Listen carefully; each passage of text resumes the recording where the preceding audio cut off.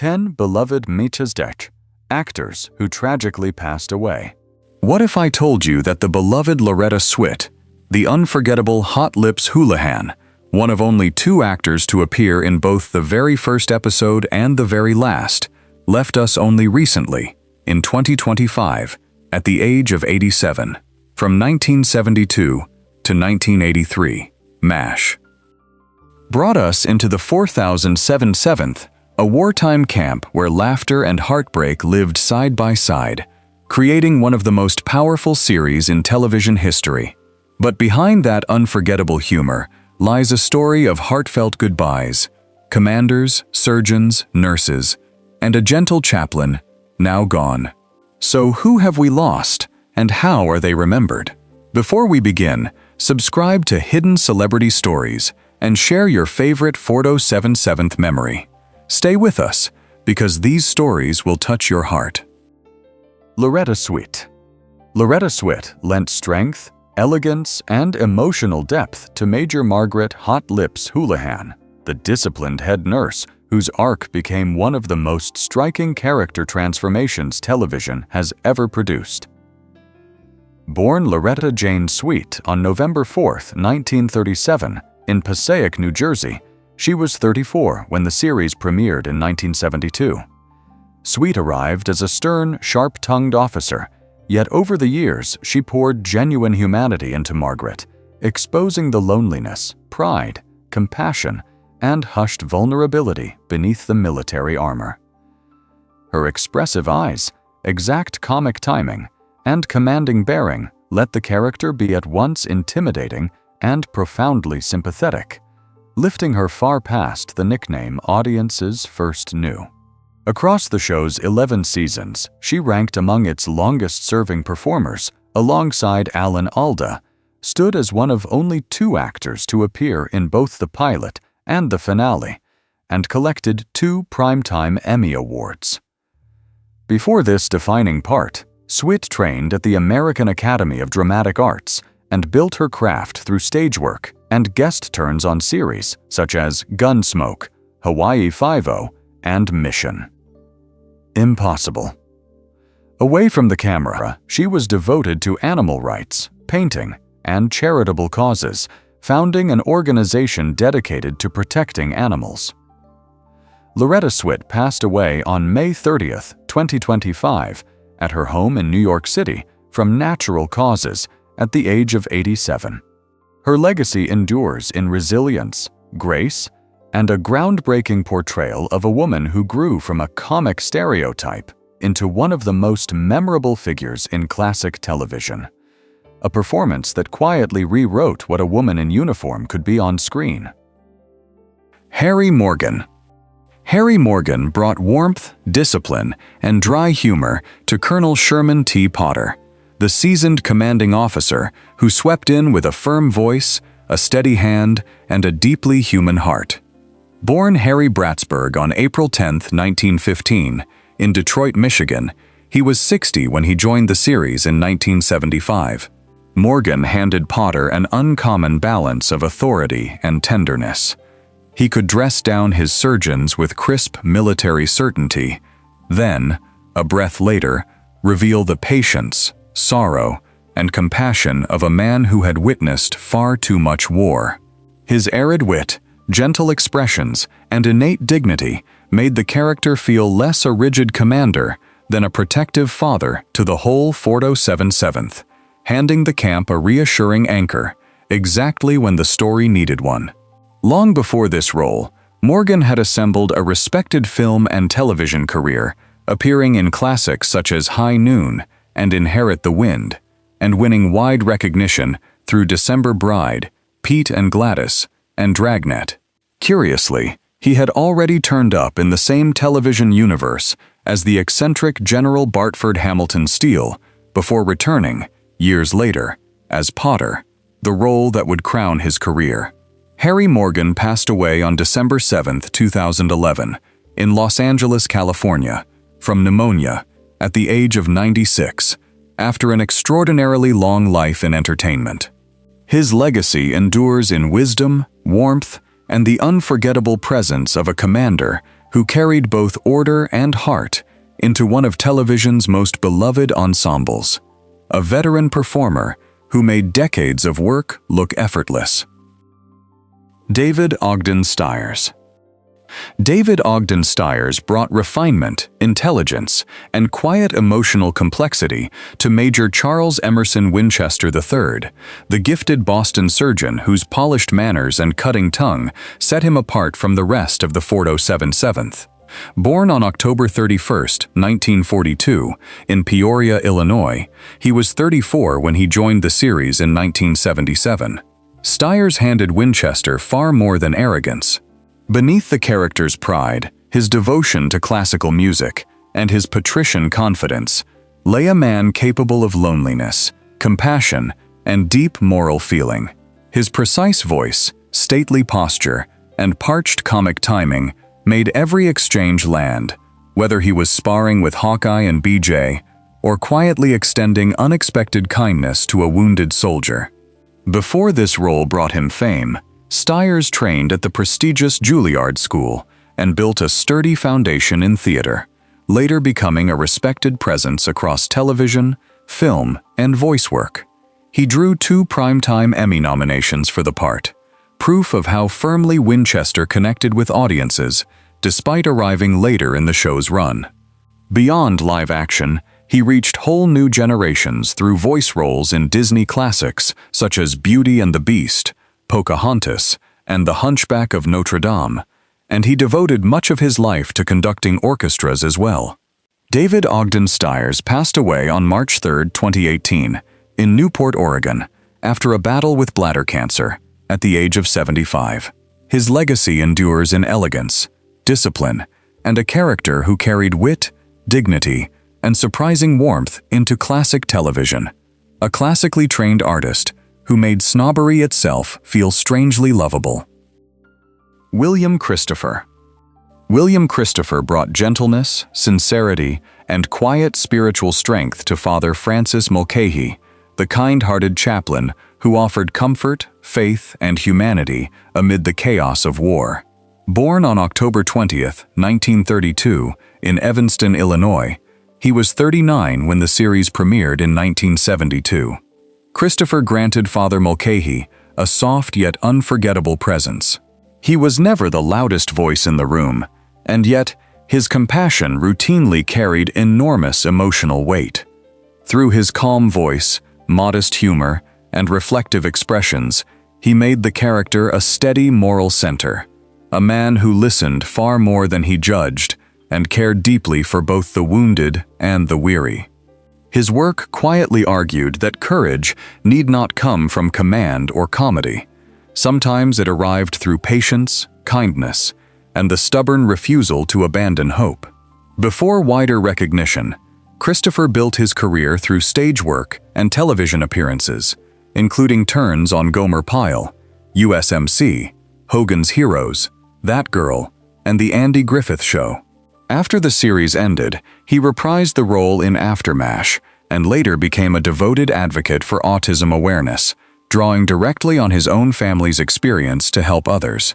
William Christopher passed away on December 31, 2016, in Pasadena, California, from cancer, at the age of 84. His legacy endures in warmth, faith, and a gentle character whose quiet goodness made him unforgettable. Living proof that compassion, offered steadily and without fanfare, could be every bit as powerful as any act of heroism on the battlefield. Larry Linville. Larry Linville brought nervous energy, sharp comedy, and memorable insecurity to Major Frank Burns, the rigid surgeon whose jealousy, arrogance, and endless frustration made him one of the show's most recognizable early characters. Born Lawrence Levon Linville on September 29, 1939, in Ojai, California, he was 32 when the series premiered in 1972. Linville handed Frank far more than mere foolishness. Beneath the smug attitude and military fixation lurked a man desperate for respect, yet too vain and narrow to ever earn it. His taut expressions, clipped delivery, and immaculate comic reactions struck a vivid contrast against the rebellious doctors surrounding him, spinning countless scenes into unforgettable clashes of conflict and humor. However relentlessly the other characters mocked Frank, Linville's disciplined work made him indispensable to the show's early chemistry. Before this role brought him fame, Linville studied at the Royal Academy of Dramatic Art in London and built his career through theater and television guest spots. He departed the series in 1977 after 5 seasons, deliberately declining to repeat the same comic formula, and afterward kept acting across television, film, and stage, earning respect for a range that reached well past the character that had made him a household name. Larry Linville passed away on April 10, 2000, in New York City, from complications related to cancer surgery, at the age of 60. His legacy endures in fearless comedy, precise timing, and a character whose very flaws rendered him both maddening and completely unforgettable. A masterclass in playing a man you loved to root against. McLean Stevenson. McLean Stevenson brought warmth, nervous humor, and genuine humanity to Lieutenant Colonel Henry Blake, the well-meaning commanding officer whose easygoing leadership helped shape the early heart of the 40s 77th. Born Edgar McLean Stevenson, Jr., on November 14, 1927, in Normal, Illinois. He was 44 when the series premiered in 1972. Stevenson gave Henry a lovable blend of confusion, kindness, and quiet decency. He was no flawless military leader, but he cared profoundly for the people under his command. His easy smile, gentle comic timing, and natural vulnerability made the character feel less a stern officer than an overwhelmed yet compassionate friend struggling to hold everyone together through impossible days. Before this role, Stevenson worked in radio, comedy writing, and stage performance, later appearing on programs such as The Doris Day Show and The Tim Conway Comedy Hour. His work as Henry Blake earned him a Golden Globe Award in 1974 and turned his departure from the series into one of the most emotional moments in television history, a farewell that stunned audiences at the time and still lands like a punch to the heart decades later. After leaving, he continued in television with shows such as The McLean Stevenson Show, Hello, Larry, and Condo. McLean Stevenson passed away on February 15, 1996, in Los Angeles, California, from a heart attack following surgery for bladder cancer, at the age of 68. His legacy endures in humor, tenderness, and a character whose final goodbye remains one of classic television's most unforgettable and devastating scenes. Alan Arbus. Alan Arbus brought calm intelligence, compassion, and quiet emotional depth to Major Sidney Friedman, the thoughtful psychiatrist whose visits so often exposed the hidden wounds of war. Born on February 15, 1918, in New York City, he was 55 when he first appeared in the series in 1973. Arbus gave Sidney a rare stillness. He needed no dramatic speeches or loud emotion to leave a mark.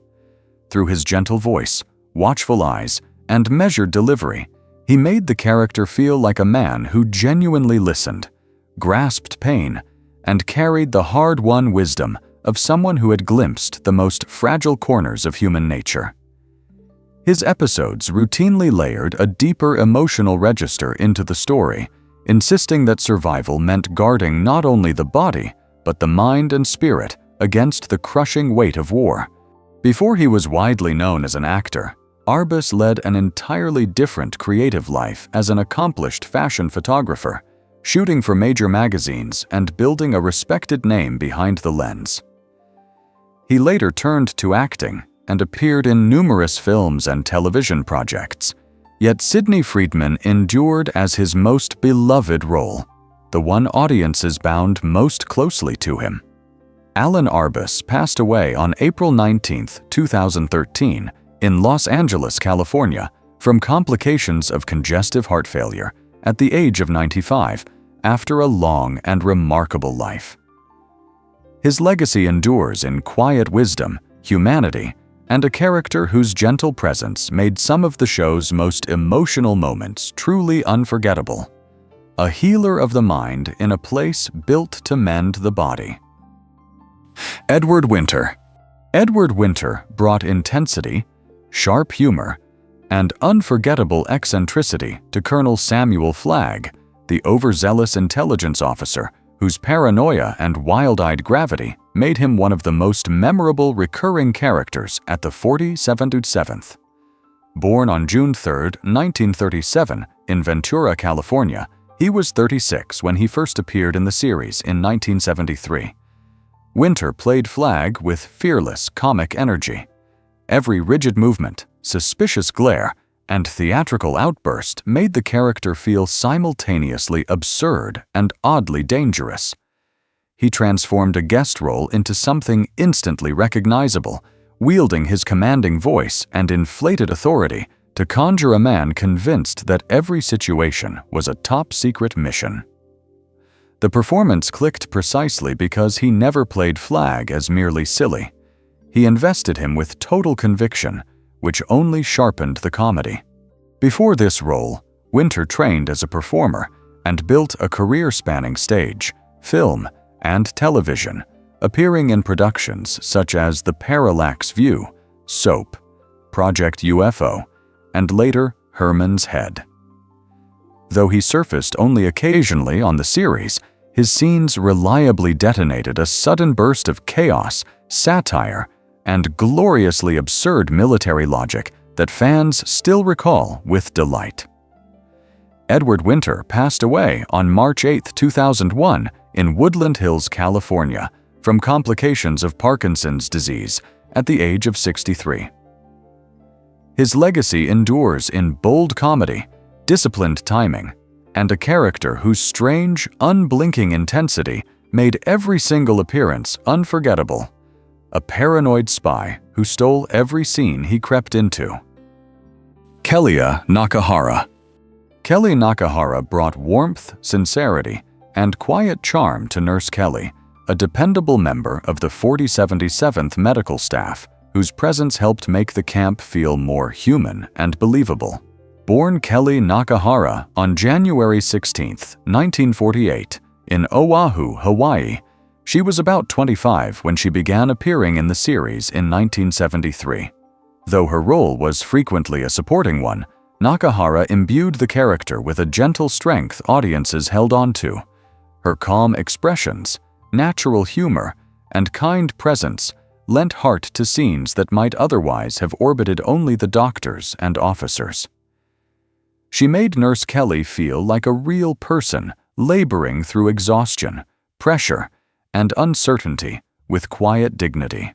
As the seasons passed, the character grew more prominent, and one of her most memorable beats came when she confronted Hawkeye directly for overlooking her, offering viewers a richer glimpse of her confidence and emotional honesty. Both before and after this role, Nakahara also worked as an artist, later earning recognition for her watercolor painting and her community involvement in Pasadena, California. Her life brimmed with creativity well beyond acting, revealing talent both on screen and through visual art, and she stayed warmly bonded to the show's devoted fans throughout her years. Kelly Nakahara passed away on February 16, 2020, in Pasadena, California, after a battle with cancer, at the age of 72.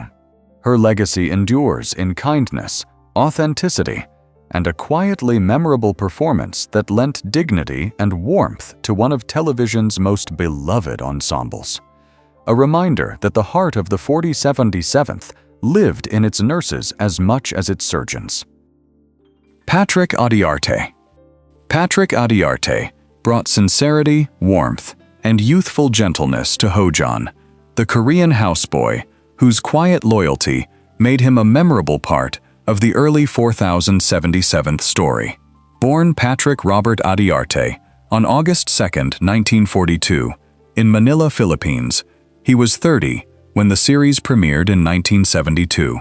Though his screen time was confined largely to the first season, Adiarte gave Hojan a soft dignity that made the character feel genuinely human rather than merely decorative. His calm expression, respectful manner, and unforced presence helped illuminate the bond between the doctors and the local people caught in the war swirling around them.